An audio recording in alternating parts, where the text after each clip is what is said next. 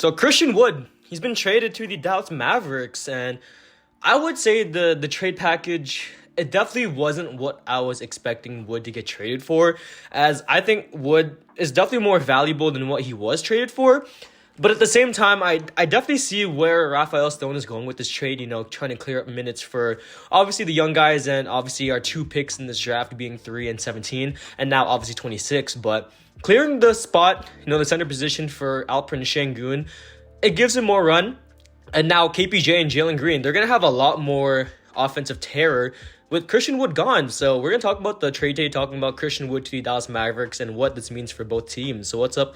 My name is JDC. I think it's been a couple weeks, probably like 2 weeks. I definitely needed a good break. I'm going to start grinding out some more videos with the draft coming up pretty soon in around 8 days from now. So there's going to be a lot more draft videos coming up for basically every team, and I'm pretty excited. So we'll talk about the Dallas Mavericks today, talking about the Houston Rockets, and let's get into it. So I think we'll go over the trade package first, because that's obviously what we're looking for right here. So the Dallas Mavericks are sending Boban, Sterling Brown, Trey Burke, Marquise Chris, and the number 26 pick to the Rockets for Christian Wood.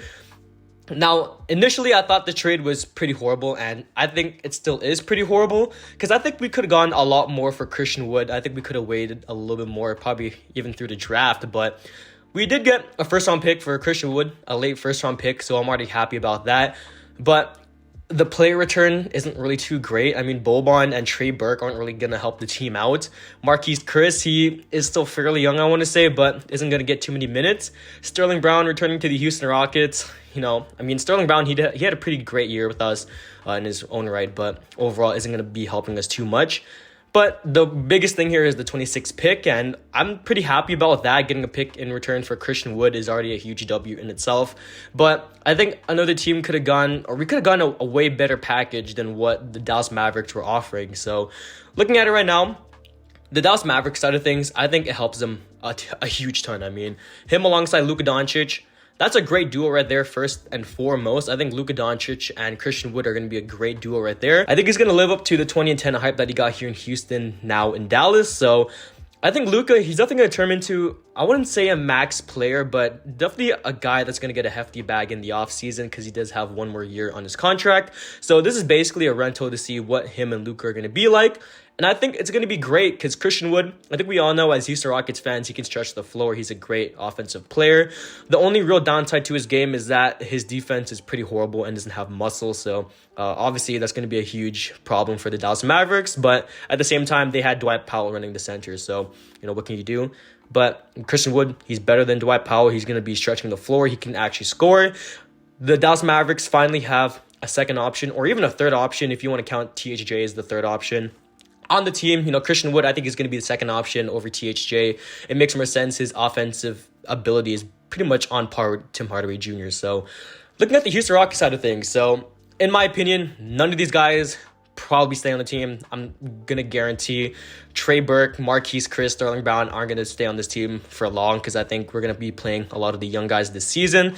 Boban, he could mentor Şengün in the, kind of like a mentorship type of role, kind of like Eric Gordon, but not really seeing too much time from him either on the court. So the only real thing that we're looking at here is the 26th pick. Now, the Houston Rockets, they have 2 picks in this draft already, adding in 3 with the 26, but they already have 3 and 17. So they can package 17 and 26 together to move up in the draft, maybe around even in the lottery if you want to, honestly. But I don't think any teams bite on a 2 first-round pick for a lottery pick, trade, because I think the Houston Rockets, they could already be pretty much already fine with 17 and 26, but I wouldn't be too surprised if they do trade 26 and 17 for a lottery pick. So now, looking at the roster for the Houston Rockets, KPJ and Jalen Green, they're going to get a lot more run on offense, because I think with Christian Wood gone, it gives them, a clear-cut 1 and 2 right there. So Jalen Green going to be the number 1 scoring option, KPJ number 2, and whoever we draft at number 3, hopefully Paolo Banchero, he would be the third option right there. So the new starting lineup would probably be